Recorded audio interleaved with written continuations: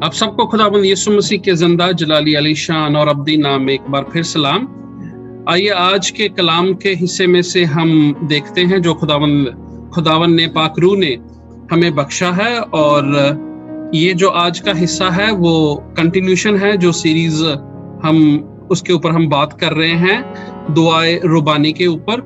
और आज का जो हिस्सा है कलाम का वो हम देखते हैं मत्ती की अंजील उसका 6 बाब और उसकी 13 आयत। और इसको हमने 2 हफ्ते पहले भी देखा था। आज हम इसका दूसरा हिस्सा, आयत का दूसरा हिस्सा देखेंगे। और हम जो है इसमें देखते हैं, इसमें ऐसे लिखा है, और हमें आजमाइश में ना ला बल्कि बुराई से बचा। ये उर्दू में ऐसे लिखा है। और मैं इसको इंग्लिश में भी पढ़ना चाहता हूँ। इंग्लिश में मैं NIV वर्जन और NKJV में मैंने देखा, उसमें सेम लिखा है। और मैं क्यों पढ़ना चाहता हूँ इसका एक रीजन है। वो ये है कि मैं पहले पढ़ता हूँ फिर आपको बताता हूँ। इंग्लिश में ऐसे लिखा है, and lead us not into temptation but deliver us from evil one. अगर हम उर्दू में पढ़ते हैं और उर्दू में लिखा है कि हमें बुराई से बचा, और इंग्लिश में अगर हम उसको समझते हैं या ट्रांसलेट करते हैं तो NKJV में भी ऐसे लिखा है और NIV में भी ऐसे लिखा है कि lead us not into temptation, कि हमें बुराई में ना पड़ने दे, बल्कि जो बुरा है इवल वन उससे बचा। जो इवल वन है उससे बचा, जो बुरा है। और जो हिंदी में या उर्दू में लिखा है उसमें लिखा है कि हमें आजमाइश में ना पड़ने दे बल्कि बुराई से बचा। फर्क दोनों चीजों में ये है, बुराई जो है वो बुरे इंसान का काम है, लेकिन जो आइडेंटिटी है उस इंसान की वो है बुरा। अब हम ये देखें कि जब हम ये दुआ करते हैं, आज का जो हमारा कंसंट्रेशन करने का जो टाइम है या जो हम कंसंट्रेट करेंगे देखने में, वो मत्ती की अंजील उसका 6 बाब और उसकी 13 वर्स जो है उसका जो है वो दूसरा हिस्सा है, जहां पर ये लिखा है कि हमें आजमाइश में ना पड़ने दे बल्कि बुराई से बचा। बुराई एक बुरा काम जो करता है उसका एक एक्ट है, उसके डीड्स हैं, वो जो करता है वो बुराई है, लेकिन करने वाला जो है वो बुरा इंसान है या बुरा पर्सन है। और इंग्लिश में अच्छे से लिखा है कि deliver us from evil one, मतलब जो बुरा करने वाला है उससे डिलीवरी चाहिए, उससे डिलीवरेंस चाहिए।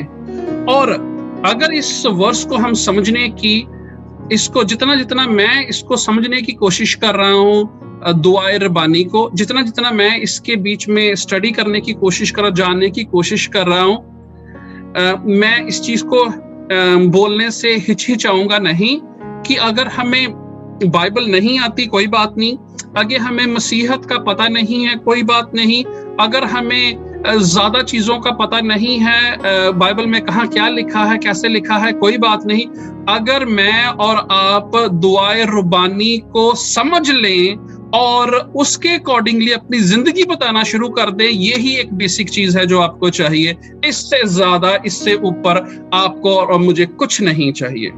क्योंकि अगर दुआए रुबानी को आप और मैं समझ लेते हैं, क्योंकि मैं जो है एक ऐसे घराने को ताल्लुक रखता हूं जो कि हम दुआए रुबानी को बहुत ज्यादा बार इस्तेमाल करते हैं, और हम जो है उसको दुआ को यूज तो करते हैं, लेकिन हम रिफ्लेक्ट नहीं करते, हम सोचते नहीं हैं कि हम क्या मांग रहे हैं, हम किस चीज की बात कर रहे हैं। ये जो दुआ है ये खुदावंद यीशु मसीह अपने चेलों को बता रहे हैं। और आप अगर इसको सोचो कि खुदावंद यीशु मसीह के मुंह से जब कोई शब्द निकला है वो पूरा होता है। और वो जो है हम यूहन्ना की इंजील उसका 1 बाब में यही पढ़ते हैं कि आदि में शब्द था, शब्द खुदा के साथ था, शब्द ही जो था वो खुदा था। और आगे उसी चैप्टर में जब हम आगे पढ़ते हैं तो ये पढ़ते कि शब्द ने देह धार ली, उसने शरीर ले लिया। और वो जो शब्द है वो जब देह धार कर शरीर बनकर हमारे बीच में रहा, उसने जब अपने ऊपर सलीब ली और उसके बाद जो गुनाह का खात्मा करके उसने हमारे लिए रेजरेक्शन जो है वो साबित कर दी कि वो अब मुर्दों में से जिंदा है। हम भी उस पे ईमान ला करके हम भी उसमें जिंदा होंगे। और वो जब क्रिएटर है, वो जब सब कुछ करने के कादिर है, अगर वो हमें किसी एक चीज के लिए बोल रहा है करने के लिए, तो आप सोच के देखो कि वो कितनी जो है बड़ी बात होगी। वापस हम आते हैं मत्ती उसकी 6 उसकी 13 पर, और जब हम इस बात को करते हैं कि यीशु मसीह जब कह रहे हैं, तो ऑफ कोर्स हमारे पास, मुझे ग्रीक नहीं आती, मुझे हिब्रू नहीं आती, सो प्लीज मुझे माफ करें। जितने मेरे पास रिसोर्सेज हैं, मैं हिंदी में, पंजाबी में, उर्दू में, इंग्लिश में, इंग्लिश की अलग अलग वर्जन्स जो हैं उनमें मैं पढ़ करके जो है समझने की कोशिश करता हूं। मैं ये नहीं कह रहा हूं कि मैं ये करता हूं, मेरे कहने का मतलब ये है कि मेरी इंटेलेक्चुअल या मेरी जितनी कैपेसिटी है मैं अपने हिसाब से रीड करने की कोशिश करता हूं। मैं किसी बाइबल कॉलेज में नहीं गया हूं, मैं किसी बाइबल स्कूल में मैंने कोई स्टडी नहीं की है, मैं नर्स हूं।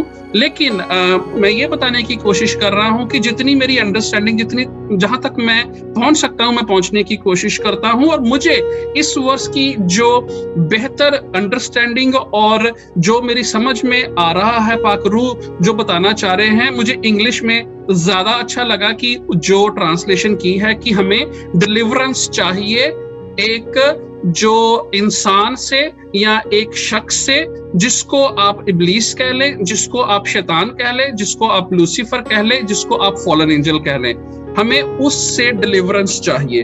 और खुदावंद यीशु मसीह हमें ये सिखा रहे हैं कि जब तुम दुआ करो तो कहो कि मुझे आजमाइश में ना पड़ने दे, बल्कि बुराई करने वाले से मुझे बचा। और यीशु मसीह अगर ये कह रहे हैं कि आप और मैं ये दुआ करें कि हमें जो आजमाइश में डालने वाला है, जो बुराई करने वाला है, उससे हमें डिलीवरेंस चाहिए, तो इसका ये मतलब है कि आपको और मुझे अपनी डिलीवरेंस, अपनी साल्वेशन के लिए बहुत ज्यादा चौकन्ने रहने की जरूरत है और बहुत ज्यादा सोचने की जरूरत है कि क्या हम जो हैं वो कहीं हम ट्रैप में तो नहीं फंस गए हैं, कहीं हमें ऐसा तो नहीं लग रहा कि हम निकल चुके हैं, हम बच चुके हैं, लेकिन असलियत कुछ और हो। खुदावंद यीशु मसीह चाहते हैं कि ये हम दुआ करें।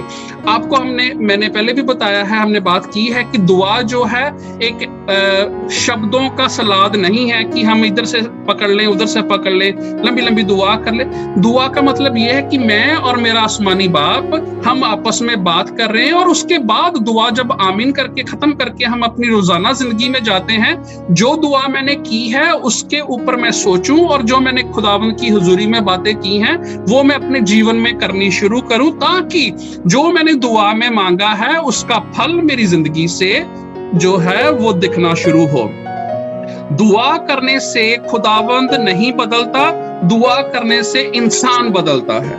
क्योंकि जब वो खुदावंद की हुजूरी में बैठता है, और जो पंजाबी हिंदी में एक कहावत है, खरबूजे को देख करके खरबूजा रंग बदलता है। दुआ में जब हम ज्यादा समय बिताते हैं, दुआ में ज्यादा टाइम बैठते हैं, तो हम खुदावंद की तरह होना शुरू हो जाते हैं। हम देखते हैं 2 कुरिन्थियंस उसका 2 कुरिन्थियन के मेरे ख्याल उसकी 12वें चैप्टर की 8वीं वर्ष में लिखा है कि पौल ने 3 बार दुआ की, लेकिन जो दुआ थी उसकी कबूल नहीं हुई। ये देखो कि पौल जो है 3 बार दुआ कर रहा है, और उस दुआ ने खुदाबंद को नहीं बदला, लेकिन उस दुआ ने जो है पौल को बदल दिया है कि पौल जो है उस खुदा की मर्जी में अपनी जो है जॉय, अपनी खुशी जो है उसको मिलनी शुरू होगी। तो दुआ जो है खुदावंद को नहीं बदलती है, दुआ जो है हमें बदलती है कि हम खुदा की मर्जी के मुताबिक जो चलना शुरू करें। यीशु मसीह ने गतसमनी बाग में जब दुआ की तो ये कहा कि बाप, अगर तू चाहता है कि ये प्याला मेरे से टल जाए, लेकिन मेरी नहीं तेरी मर्जी पूरी हो। यीशु मसीह की दुआ ये थी कि ये प्याला उससे टल जाए, लेकिन यीशु मसीह ने आखिर में जब कहा कि मेरी नहीं तेरी मर्जी पूरी हो, तो ये हम देखते हैं कि खुदावंद की मर्जी पूरी होनी हमारी जिंदगी में बेहतरी है। अगर यीशु मसीह की वो दुआ खुदा बाप जो यीशु मसीह खुद हैं सुन लेते और खुदावंद यीशु मसीह सलीब पर ना मरते, तो यीशु मसीह मुर्दों में से जिंदा ना होते, तो आपके पास और मेरे पास मौत के बाद का जो जवाब नहीं होता। आप और मैं गुनाह में पैदा होते, गुनाह में ही मर जाते। तो यीशु मसीह की वो दुआ जो बागे गतसमनी में यीशु मसीह ने मांगी थी, उसका ना सुने जाने का मतलब ये था कि खुदावंद नहीं चाहते कि आपकी और मेरी जुदाई उससे हो। वो खुदावंद चाहते हैं कि मैं और आप हमेशा खुदावंद के साथ रहे। सो दुआ जो है हमें प्रिपेयर करती है अपने लिए कि हम खुदावंद की मर्जी को पहचानना शुरू कर दें। ठीक है, और आज वापस इस कलाम पर आते हैं, बात पर आते, इस वर्ष पर आते हैं कि यीशु मसीह ये अपने चेलों को कह रहे हैं कि तुम जब दुआ करो तो ये दुआ करो कि मुझे जो बुरा है उससे, जो बुराई करने वाला है उससे डिलीवरेंस चाहिए।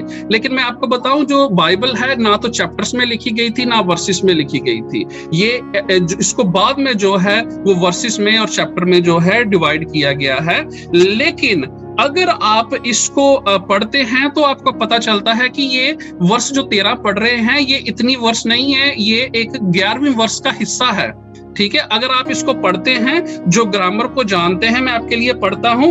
11वीं वर्ष में लिखा है, हमारे रोज की रोटी आज हमें दे, और वर्ष जो 12 शुरू होती है और से।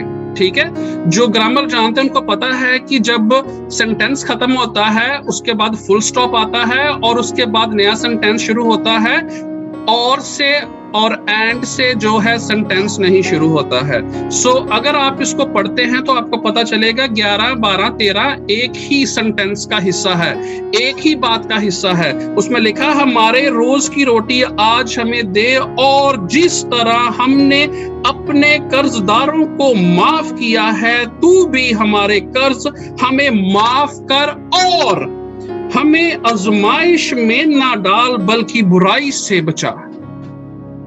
आप देखिए कि जितना जरूरी है हमें आज की रोटी मांगना, उतना ही जरूरी है हमें अपने गुनहगारों को माफ करना, उतना ही जरूरी है हमें ये कहना कि हमें आजमाइश में ना पड़ने दे, उतना ही जरूरी है हमें ये कहना कि हमें बुराई से और बुराई करने वाले से बचा कर रख। हम रोटी की तो फिक्र बहुत ज्यादा करते हैं और रोटी के लिए तो मांगते हैं, लेकिन कितने मसीही हम हैं जो हम ये दुआ करते हैं कि हमें बुराई करने वाले से बचा।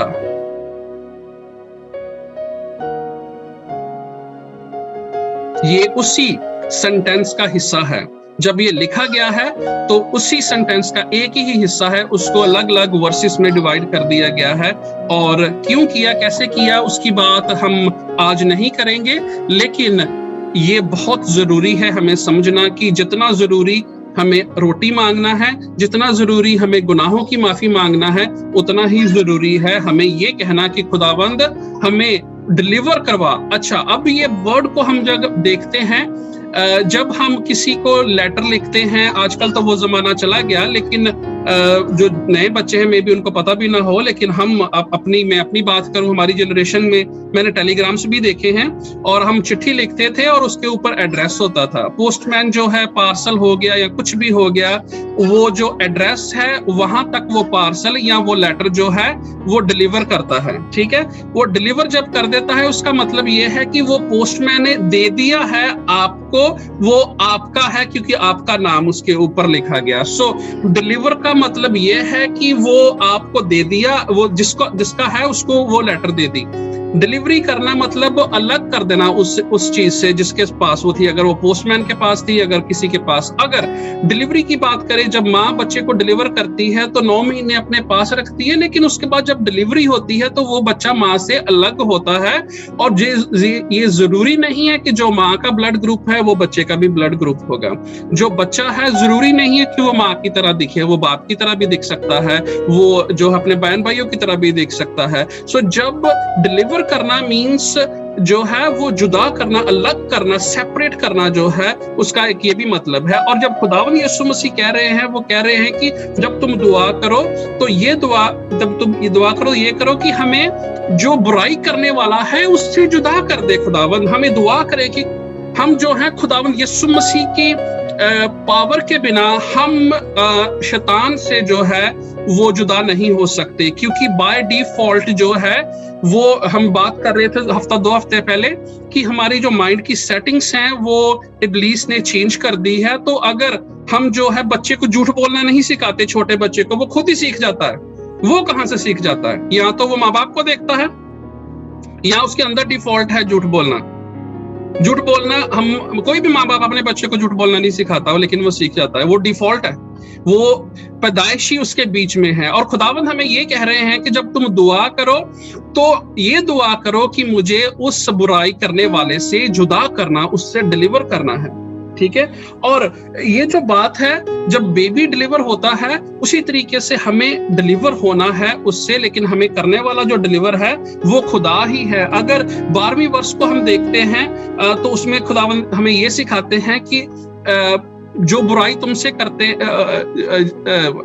माफी मांगते, जैसे हमने गुनाह किया, हमारे गुनहगारों को हमने माफ किया, उसी तरीके से तू हमें भी माफ कर। तो ये जो हिस्सा, जो हमने माफी मांगी है, उन गुनाहों की माफी मांगी है जो हमने कर दिए हुए हैं। आज इस घंटे से पहले जब हमने दुआ करनी है, जब तो जो गुनाह हमने कर लिए हैं पास्ट में, बचपन में, टीनेजर में, अपनी यंग हालत में, जैसे भी हमने जो गुनाह कर लिए उनकी माफी बनती है।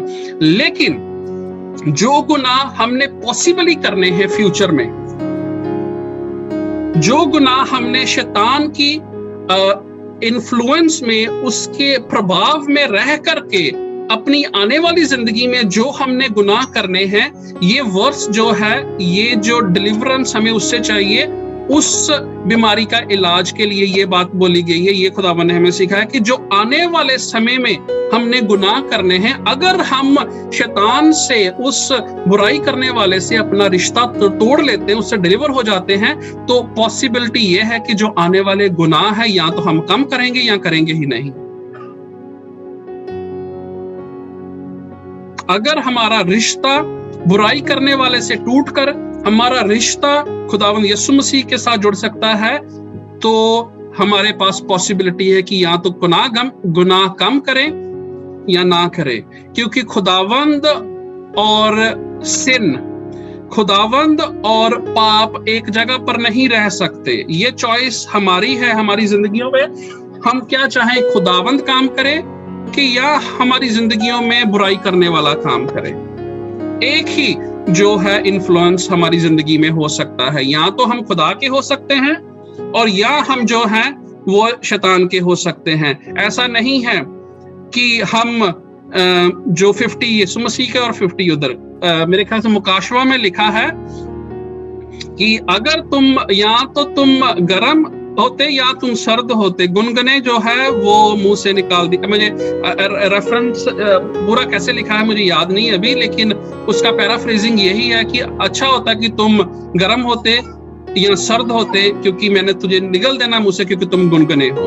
और अगर हम 50-50 रखने की कोशिश करते हैं, थोड़ा सा खुदा को खुश कर ले, थोड़ा सा अपने शरीर को, अपनी अभिलाषाओं को भी पूरा कर ले, तो अनफॉर्चुनेटली वो बात नहीं बनने वाली। Bible is very clear. लेकिन खुदावंद यीशु मसीह चाहते हैं कि हम जो है इस शैतान के चुंगल से, बुराई करने वाले से डिलीवर हो जाएं, और हम अपनी ताकत से, हम अपनी मर्जी से, अपनी इच्छा से उससे जुदा नहीं हो सकते। मैं आपको एविडेंस देना चाहता हूं कलाम में से। हम देखते हैं 3 तरीके से जो है वो हम जो है बुराई से वो दूर रह सकते हैं। और पहला तरीका है दुआ करना, दूसरा तरीका है खुदा के कलाम को पढ़ना, और तीसरा तरीका है जो हमने दुआ की है उसको ओबे करना। अच्छा, इसमें एक मिनट के लिए बात करके खत्म करते हैं क्योंकि टाइम होने वाला है। जो प्रेयर करनी है, जब हम गुनाह करते हैं, तो हम जब गुनाह करते हैं तो हम खुदा से दूरी पा जाते हैं, हम खुदा की फेलोशिप से निकल जाते हैं। लेकिन खुदा की सनशिप से नहीं निकलते। एग्जाम्पल, आदम ने गुनाह किया और वो जो है वो बागे अदन से खुदा की हुजूरी से निकाला गया, लेकिन बाइबल फिर भी इसके लिए यही बोलती है कि वो खुदा का बेटा था।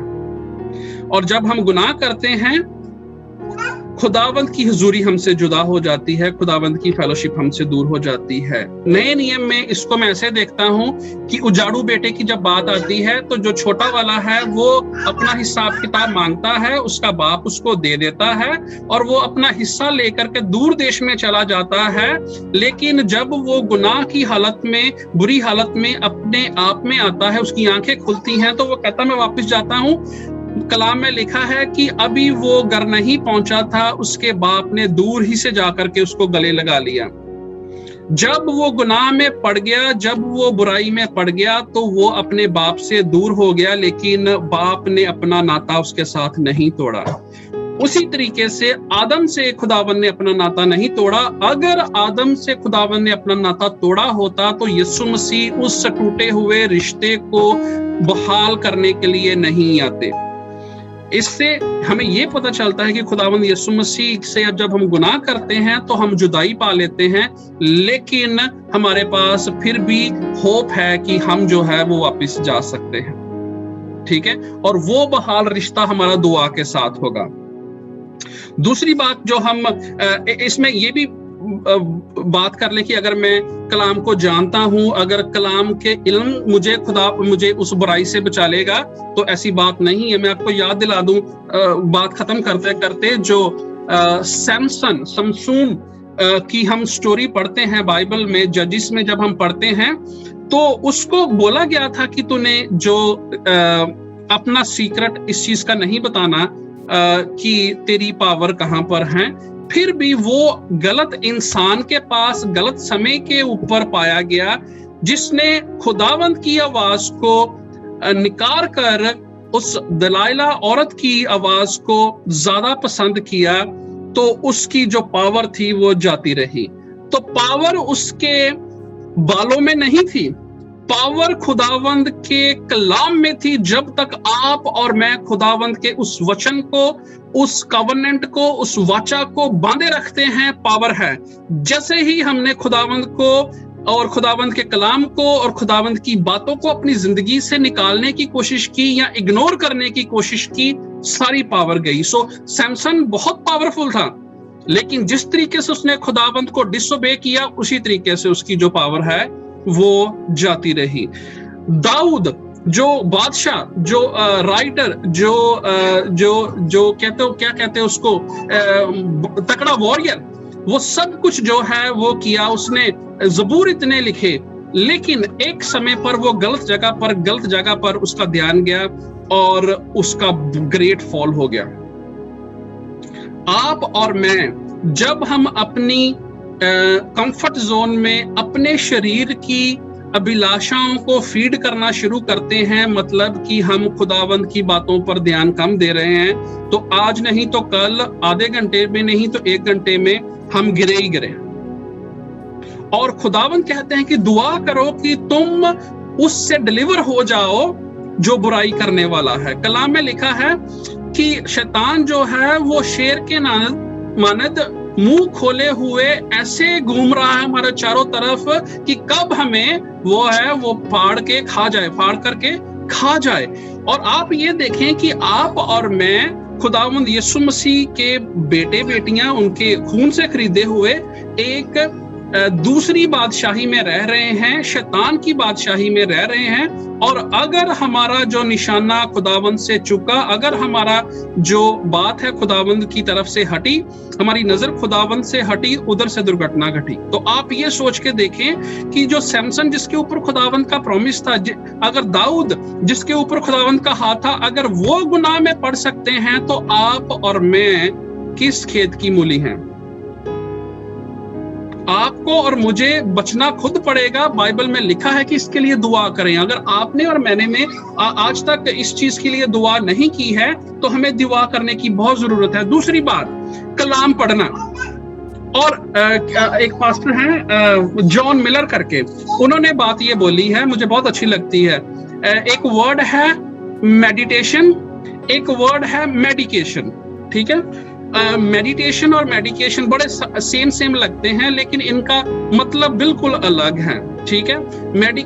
मेडिकेशन मीन्स कि आप दवाई देना, और मेडिटेशन की आपने टाइम स्पेंड करना, ठीक है। और हम क्या करते हैं, बहुत से मसीही हम लोग बाइबल के ऊपर मेडिकेट करते हैं, मतलब टैबलेट्स थोड़ी थोड़ी इधर से वर्स याद कर ली, थोड़ी सी उधर से वर्स याद कर ली, जो अच्छे प्रोमिसेस हैं उनको बार बार बोलना शुरू कर दिया, दैट्स कॉल्ड मेडिकेशन, ठीक है। और दूसरी चीज ये है मेडिटेशन, हमने कलाम के ऊपर मेडिटेट करना है, हमने ये देखना है कलाम ये लिखा गया है, मेरे लिए क्या है, मेरे पड़ोसी के लिए क्या है, उसको मेरे लिए अगर बोला गया है तो मुझे इस कलाम के मुताबिक बनने की जरूरत है, उसके लिए मुझे क्या करना है, टीवी कम देखना है, मुझे फोन पे कम बैठना है, मुझे ये जो चीजें हैं दुनियावी अट्रैक्शंस हैं मुझे उसकी तरफ कम ध्यान देना है, मुझे मेडिटेट करना है। अगर आप हिंदुइज्म में देखें, मेडिटेशन का मतलब ये है कि आप अपने दिमाग को खाली करें, रिलैक्स करें। लेकिन क्रिश्चियनिटी में अगर देखें तो मेडिटेशन का मतलब है इसको कलाम से भर लें, अपने दिमाग को अपने खुदा के कलाम से भर लें इसको, तभी आपको रेस्ट मिलेगी, तभी आपको शांति मिलेगी। अगर ये खाली होगा तो खाली चीजों शैतान का घर है। लेकिन मेरे कहने का मतलब ये है कि हमें कलाम पढ़ना है मेडिकेशन के लिए नहीं कि उधर से थोड़ा सा पढ़ लिया, थोड़ा सा उधर से पढ़ लिया, थोड़ा सा उधर से पढ़ लिया। खुदावंद यीशु मसीह कहते हैं कि खुदावंद ढूंढता है उनको जो रूह के साथ और सच्चाई के साथ उसकी प्रस्तिश करते हैं। लेकिन इसका कॉन्टेक्स्ट क्या है, ये खुदावंद यीशु मसीह ने सामरी औरत को बोला था, क्योंकि वो कहती है कि हम उस जगह पर जा नहीं सकते जहां पर यहूदी कहते हैं कि हमें दुआ करनी चाहिए और हमारे लिए तो पहाड़ है। तो यीशु मसीह उसको कहते हैं कि ना तो तुम्हें पहाड़ों पर जाने की जरूरत है क्योंकि मैं हूं, आ गया हूं, या मैं हूं जिसकी बात की थी, ना तुम्हें मंदिरों में जाने की जरूरत है। खुदावंद उन प्रस्तरों को ढूंढता है जो रूह के साथ और सच्चाई के साथ उसकी उपासना, उसकी प्रस्तिश करते हैं। वो आपका घर हो सकता है, आपका ऑफिस हो सकता है, आपकी जिंदगी हो सकती है, आपकी कार हो सकती है। मैं ये नहीं कहता कि चर्च में नहीं जाना, इधर उधर नहीं जाना, आप जरूर जाएं, लेकिन वो कॉन्टेक्स्ट जो है वो इसलिए बोला गया खुदावंद यीशु मसीह ने कि आपको इधर उधर देखने की जरूरत नहीं है। और अगर आप खुदावंद के चुने हुए लोगों को कहते हैं आप मेरे लिए दुआ करो, तो वो भी उसी से दुआ करते हैं जिससे आप कर सकते हैं। उसके लिए भी उतना ही खून बहाया गया जितना आपके लिए बहाया गया है। कहने का मतलब ये है कि हम कलाम को पढ़ेंगे और फिर हमें पता चलेगा कि हम जो है क्या गलत कर रहे हैं और क्या सही कर रहे हैं। आखिर में हमने ये बात देखनी है आजमाइश से जो बुराई से जो डिलीवर होने के लिए, वो ये है कि हमने अपने आप को जो हम दुआ करते हैं उसके मुताबिक हमने जिंदगी भी बितानी है। दुआ बस ये नहीं आंखें बंद करके वर्ड जो है बुड़बुड़ाए और आमीन करके काम पे चले गए। दुआ वो है जो आपके और खुदावंद के बीच में बात होती है। अगर आप सोचें मैं यूनाइटेड किंगडम में रहता हूँ, ठीक है, मैं अगर बात करूं कि मैं और हमारे यूनाइटेड किंगडम की रानी, अगर मैंने इसके साथ कोई बात करनी हो तो मैं किस तरीके से अपने वर्ड्स को इस्तेमाल करूंगा, या वो जो मुझे कहेगी कितने में इत्मीनान से सुनूंगा। और अगर आप हैं तो अगर आपका जो prime minister mister Narendra Modi है, अगर इंडिया में आपने के साथ उसकी बातचीत होती है तो आप किस तरीके से अपने आप को प्रेजेंट करोगे और उसकी बातों को किस तरीके से याद रखोगे, क्या करने के लिए बोला गया है। और अब सोच के देखो कि दुआ में हम जब बोलते हैं तो कितनी की अहमियत जो है हम अपनी दुआ को देते हैं, और जो बातें हम दुआ में कर जाते हैं कई बार हमें पता भी नहीं हमने क्या बोल दिया। हमें याद रखना है, हमें जो बोला गया है वो हमने करना है, और जिस तरीके से हम दुआ करते हैं हम अपनी जिंदगी उस तरीके से बितानी जो है वो शुरू करें।